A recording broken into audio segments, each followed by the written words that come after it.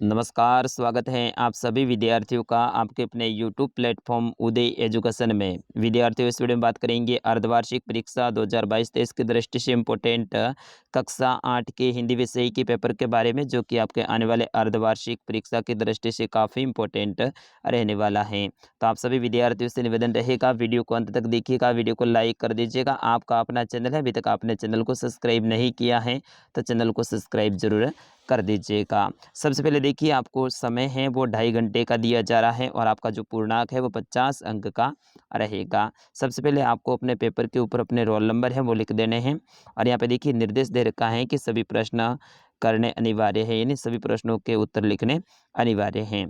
देखिए यहाँ पे पहला जो प्रश्न है आपके बहुविकल्पात्मक प्रश्न रहेगा, यानी अवसाद के रूप में रहेगा, जिसमें पहला प्रश्न है कि आलम आरा का पहला नायक कौन था।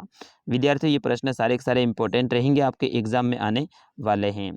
तो आलम आरा जो फिल्म है उनका जो पहला नायक था वो था अर्धशीर, यानी ऑप्शन नंबर स रहेगा इसका सही उत्तर। अगला है प्रश्न संख्या 2। कृष्ण की नगरी का नाम था मथुरा, द्वारिका, काशी, आगरा।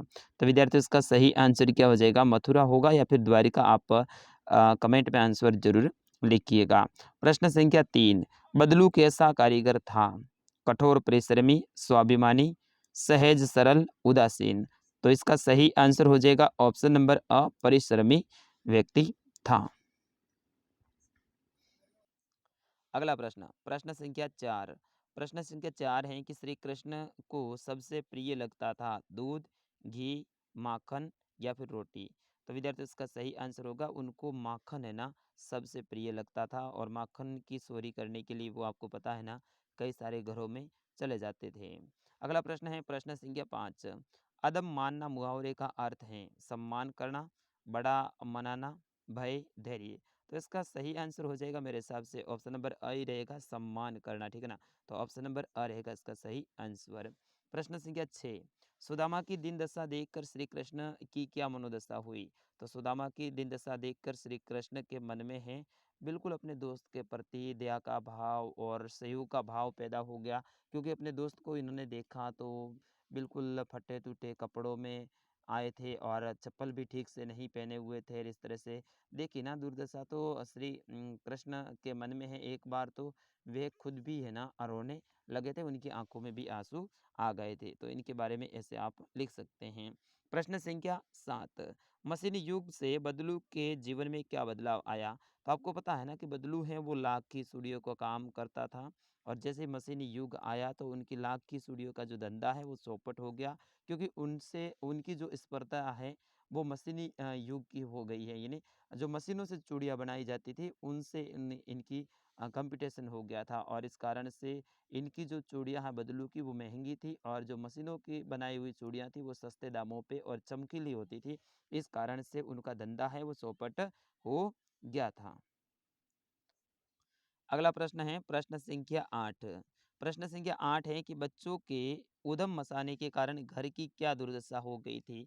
तो बच्चों ने जो अपने घर में जो उधम मचाया था उस कारण से चारों तरफ है ना घर में जो सामान था वो बिखर गया था, कपड़े बिखर गए थे, इधर उधर कचरा ही कचरा हो गया था, और घर की हालत है ना बहुत ही खराब हो गई थी। तो इस तरह से आप इनके बारे में लिख सकते हैं। प्रश्न संख्या 9। बालक श्री कृष्ण किस लोभ के कारण दूध पीने के लिए तैयार हो गए थे।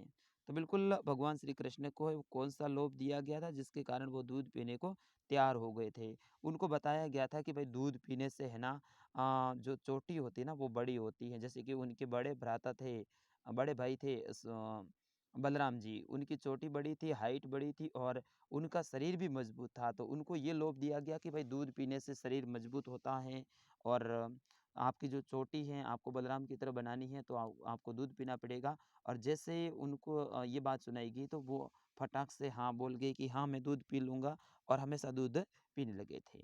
अगला प्रश्न, ध्वनि शीर्षक कविता से हमें क्या संदेश मिलता है। तो ध्वनि जो कविता है उनसे क्या संदेश मिलता है, आप एक बार अपनी पासबुक में इस प्रश्न को देख लीजिएगा। थोड़ा सा इसका उत्तर भी बड़ा है और सारे प्रश्नों के उत्तर मैं बताऊंगा तो समय थोड़ा ज़्यादा हो जाएगा। प्रश्न संख्या 11 सॉरी। पत्र जैसा संतोष फोन या एसएमएस का संदेश नहीं दे सकता है। तो बिल्कुल सही बात है, पहले पत्रों का ज़माना था तो उसमें संतोष एक अलग ही होता था। आज भी तो वैसे पत्र बिल्कुल कम चलते हैं, लेकिन इसमें आपको लिखना कैसे है कि भाई पत्र होते हैं उनको अपन सहज अपने पास में सुरक्षित रख सकते हैं और उनको लंबे समय तक याद के रूप में रख सकते हैं। जबकि फ़ोन या एसएमएस हैं, वो कभी भी डिलीट हो सकते हैं या फिर फ़ोन ख़राब हो सकता है, तो उनको ज़्यादा समय तक अपन सुरक्षित नहीं रख सकते हैं। इस तरह से आपको इनमें संतोष के बारे में आपको लिखना है। प्रश्न संख्या 12, कवि ने पक्षी और बादल को भगवान के डाकिए क्यों बताया है? तो बिल्कुल आपको पता है ना कि कवि ने बादल और पक्षी दोनों को भगवान के डाकिए इसलिए बताया है क्योंकि पक्षी और बादल दोनों ही आज़ाद हैं। न तो इनके सामने कोई किसी देश की सीमा आती है और न ही आज देखो अपने धरातल पे जैसे कई सारे देशों के बीच में सीमा है और अपन को दूसरे देश में जाना है तो वो रोक लेते हैं। लेकिन पक्षी और बादल को कोई नहीं रोकता है, वो भगवान के डाकिए हैं। जहाँ उनका मन करता है वहाँ घूमते हैं और जहाँ मन करता है वहाँ जाके बैठते हैं, बोलते हैं और बादल जहाँ मन करता है वहाँ जाके वो बरसते हैं। तो बिल्कुल ये भगवान की डाकी है, इस तरह से इस कविता में आपके बताया गया है। अगला प्रश्न है, प्रश्न संख्या 13, रवि और चंद्रमा 2 शब्द हैं, इनके आपको 3-3 पर्यायवाची शब्द लिखने हैं। रवि सूर्य को ही कहते हैं तो सूर्य कह सकते हैं आप, सूरज कह सकते हैं। चंद्रमा जैसे कि चाँद कह सकते हैं आप, इसे चंदा मामा कह सकते हैं। ठीक है ना? तो इस तरह से इनके आपको 3-3 पर्यायवाची शब्द लिखने हैं। प्रश्न संख्या 14, चलिए अगला प्रश्न है आपके स्क्रीन पे, प्रश्न संख्या 14, कविता में ऐसी कौन-सी बात है जो आपको सबसे अच्छी लगी थी? ये आपकी कविता में से है। अगला प्रश्न है कि लेखक को ओस की बूँद कहाँ मिली थी? तो लेखक पेड़ के नीचे बैठे थे, पेड़ की पत्तियों पर इनको है ना ओस की बूँद मिली थी। जैसे ही वो पेड़ के नीचे बैठे थे तो ऊपर से है ओस की बूँद गिर गई थी। प्रश्न संख्या 16, प्रारंभ में इस आंदोलन को चलाने में कौन-कौन सी बाधाएँ आई थी? आंदोलन कौन-सा था विद्यार्थियों? महिलाएँ है ना वो पहिए चलाने लगी थी, मतलब साइकिल चलाने लगी थी। साइकिल आंदोलन था, आपने देखा होगा आपके पाठ में। तो उसमें महिलाओं को शुरुआत में कौन-कौन सी बाधाएँ आई थी वो आपको लिखना है। अगला प्रश्न है, बिलवासी जी ने रुपए का प्रबंध कहाँ से किया? प्रश्न संख्या 18, मक्खन चुराते हुए और खाते समय थोड़ा-सा मक्खन बिखरा क्यों देते थे? कृष्ण के बारे में बोल रहे हैं कि मक्खन खाते समय वो थोड़ा-सा मक्खन है उनको बिखरा क्यों देते थे? प्रश्न संख्या 19, घायलबाज को देखकर साँप क्यों खुश हुआ था? ये सारे के सारे प्रश्न विद्यार्थियों वेरी वेरी मोस्ट इम्पोर्टेंट हैं। स्टार लगा दीजिएगा, आपके बोर्ड की परीक्षा में सपने वाले हैं, ये आप ध्यान रखना। अर्धवार्षिक में तो आएँगे, लेकिन बोर्ड की परीक्षा में ये सारे के सारे प्रश्न सपने वाले हैं क्योंकि पेपर आपके बाहर से आएगा।